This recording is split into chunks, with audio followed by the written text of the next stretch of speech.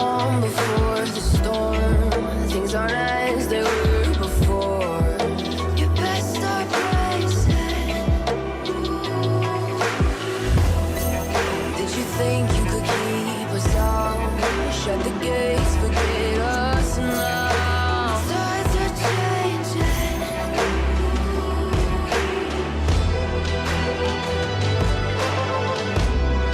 Can you hear the sound? Can't stop us now. We're not back in town, know what we're doing. Things are about to change, it's evolution. Voices shake the ground, you feel it moving. We're the revolution. We're the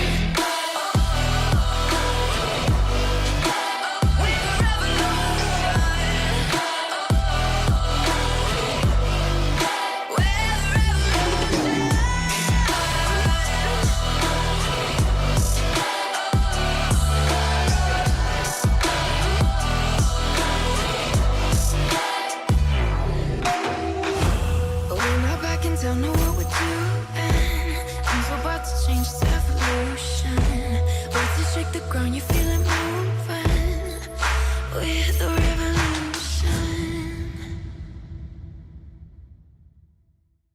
How's it going, everybody? Welcome to We Do Tech and also to another PC build live stream. This time partnering up with a Cooler Master and a Gigabyte to build a pretty nice high-end gaming system. Now this is actually going to be a showpiece in Cooler Master's new store in Sandton here in South Africa. So if you want to go there and check it out, you'll possibly see the PC there. So it's going to be pretty cool. So how this is going to work is I'm going to go over all of the parts, mention all of the specs, the features, and so on. And then of course we're going to do the benchmarks as well and see how it performs. Now all of the parts will be linked in the video description. I have actually done videos on some of them as well separately, and that will also be down there as well. But now just quickly, this is going to be a one of two builds. So this is going to be the lower end but also still high end system, and you have a 500, and then the top of the range system is going to be in the half 700, that new case from Cooler Master, which is just massive. I actually did an unboxing video on that one as well, so you can check out the video on its own. But this is going to be the two builds, and I'm really looking forward to testing them out and possibly even benchmarking them against each other and see how the 3080 Ryzen system is going to perform against the new i7 and the 3070 Ti build. So we're gonna see. But anyway, let's start with the build. So then starting off with our first component, and that is going to be our motherboard, which is the Gigabyte Z690 Gaming X DDR4. So we're gonna go DDR4 instead of DDR5 just because it's going to save a bit of money, and it's not really that useful to go DDR5 now currently, so rather save the cash. But anyway, this is a pretty nice mid to high range board, costing around $220 or 5,750 Rand for here in South Africa. Not too expensive. Now again, it's DDR4, but it can go up to 128 gigs running at 5,333. Now we're not gonna go that high, but it is an option if you want to get crazy fast memory. Now also you do have 3 PCI Express slots, with the top one being a PCI Express 5, so you are future-proofing there thanks to the Z690 platform. And as for the other two, those ones are PCI Express 3 for your additional add-on cards. Now storage is not going to be a problem because you do have 4 M.2 slots, all 4 of them being PCI Express 4. So plenty of speed and storage options are there, and all 4 are also under the thermal guards on the motherboard. Now because we are going to pair it up with an overclockable CPU, you want a proper set of VRMs, and luckily it doesn't disappoint with a 16+1+2 phase of VRM setup. Then finally for our I/O, you do have a decent set, but I would have liked a tiny bit more USBs, but that's the only drawback that I actually found on the board. Otherwise, everything else for the money is pretty much perfect. Now then, as for our CPU, we are going to pair it up with the i7 12700K, and this is just a beast of a CPU. I have one in my personal system and it just rockets with its 8 performance cores and 4 efficient cores, so 12 cores and 20 threads. And for gaming, for editing, it's honestly just a beast of a CPU. Now it does cost $400 or 8,000 Rand, with pricing jumping here and there, but it's definitely worth the price price point. Now, I actually did already do a review on this one and did a couple of builds on it as well. So if you want to check those out, we'll leave a link in the video description. But you're not going to be going wrong with this new i7. Intel really stepped up their game with the 12th generations. And then next up, we have our memory, which is the aorus RGB memory. Now, I have actually already made a review on these, so if you want to, you can check those out with all of the RGB and a bit closer up and everything. It does look really cool with the more brushed dark aluminum and the RGB diffuser over it, everything. It does look really nice. And now we're gonna pair it up with the 16 gig kit to 8 gigs running at 3733 megahertz. It's not the fastest, but you don't really need to go that fast anyway. And for our purpose, for gaming mostly, it's going to work perfectly for that. Now, as for pricing, these do cost around $110. You can go higher as well for $120, but for here in South Africa, it costs around $2,000 per pack, so 16 gigs. And then next up for storage, we are going to pair it up with the aorus Gen 4 SSD. Now, pricing to performance, these are really good. So they cost around $100 or 1,550 Rand for the 500 gig model that we have here. And it does just perform really, really well. It reads up to 5,000 megabytes a second and writes up to 2,500. Now, actually, personally own one of these, and it's actually one of my systems. They perform really, really well, so you can't go wrong. And you actually do get two versions of these, the one without the heat spreader that we are going to use, and then the one with the heat spreader. But also, you don't really need the heat spreader that much, because most likely your motherboard will have some sort of thermal guards already covering your M.2s. And again, we can put 4 of these in our motherboard, so, and also covering up with the thermal heat spreader, so no problem there. Now, as for our case, we have the CoolMaster HAF 500. Now, the HAF series are the high airflow versions, where the primary focus is, of course, better airflow through your case.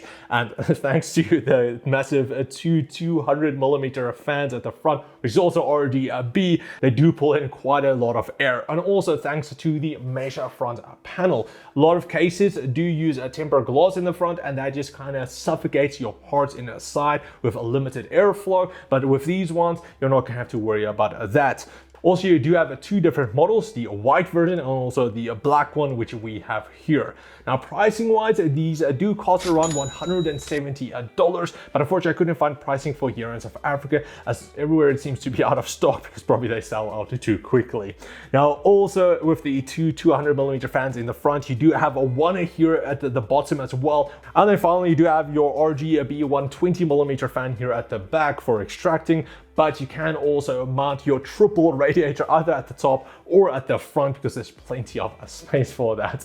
And then, of course, on the side, you have your tempered glass side panel to keep it nice and premium. And then on the inside, there's plenty of space for all of your parts and to build it comfortably in the system, which is not always the case for a lot of cases. But luckily, it's loft space, and also at the back for your cable management. So this is going to be a dream to build in. And then next up, we're going all out here with the CoolMaster V1200 Platinum. So this is just top of the range you can actually get. It's a 1200 watt 80 plus platinum rated power supply.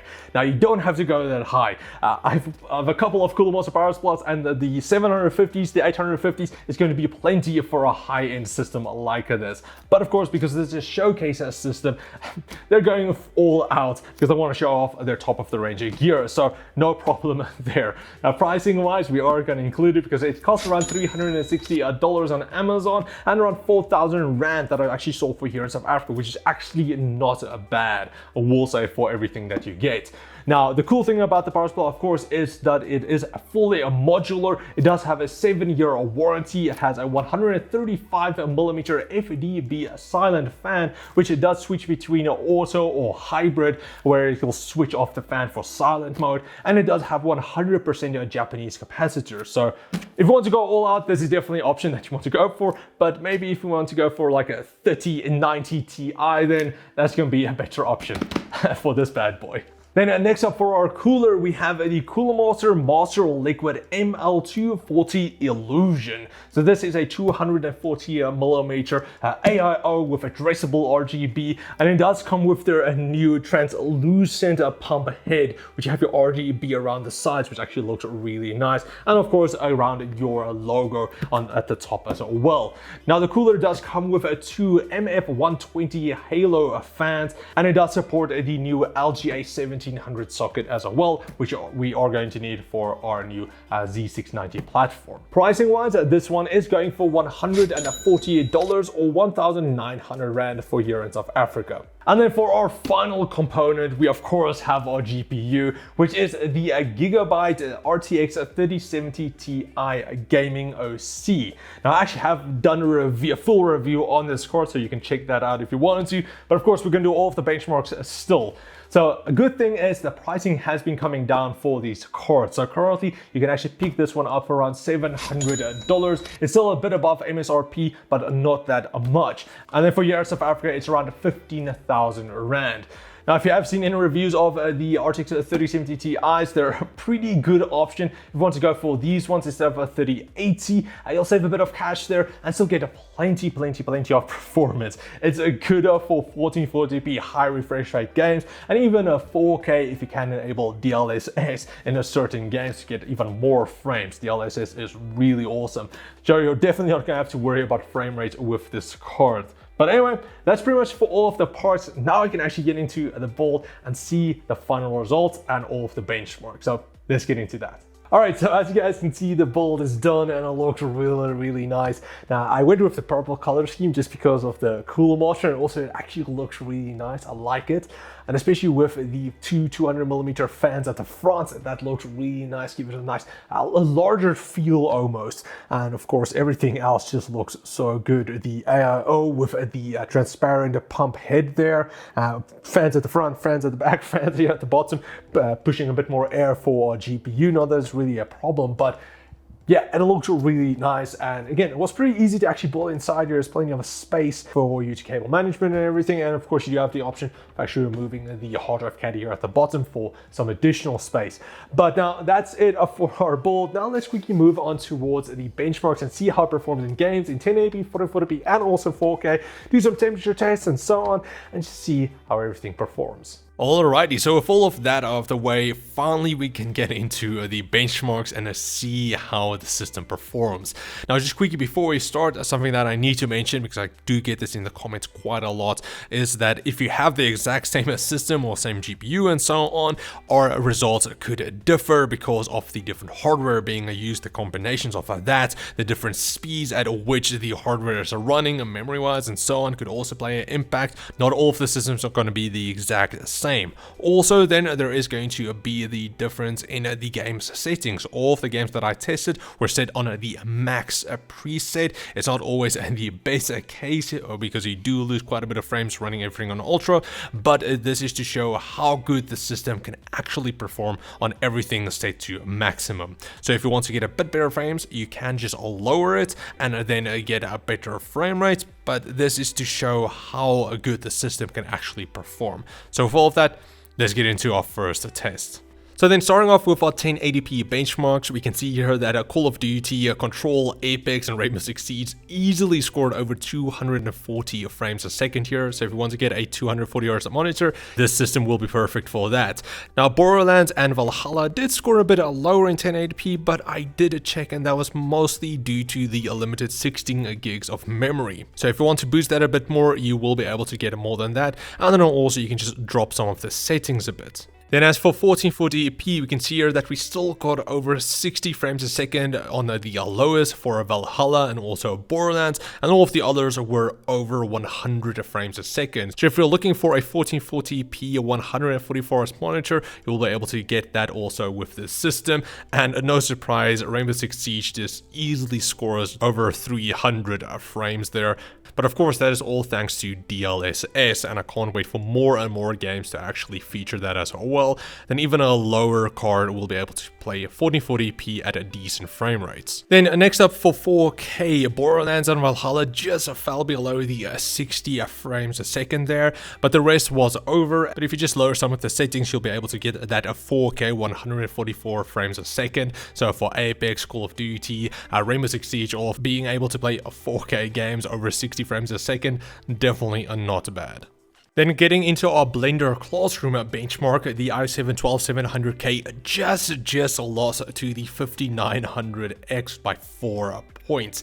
But still, they're relatively the same price, but I have seen the 12700K slightly a bit cheaper every now and then, but still beating out all of the previous CPUs, the i9-11900K, by a large margin. Then for Cinebench R23, here the i7 just now beat the 5900X by just a couple of points.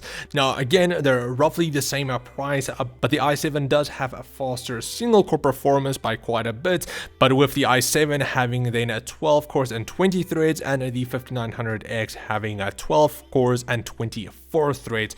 It's quite a close comparison between those two. Now as for CPU temperatures, it was actually kept in check quite well. We did reach a maximums of around like 80 degrees, just below that, but on average we were below 70 degrees in our Blender CPU benchmark, and also in the AIDA64 benchmark it was kept even lower than that.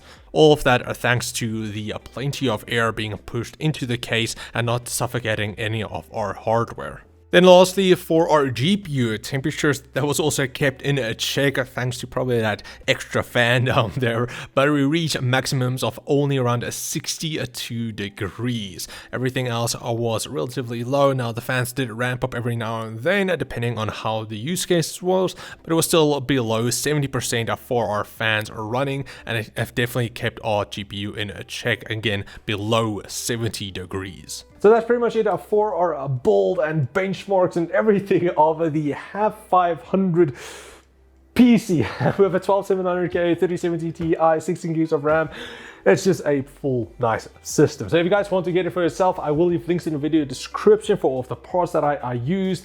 But of course you can mix and match it if you wanted to, get other CPU, other GPU, whatever you want. But it's a nice little showcase of what you can actually get for around $2,200. So if you guys enjoyed this video, please like, share, subscribe, and comment like always. Also a big shout out to Coolmore South Africa and Gigabyte South Africa for supplying all of the parts.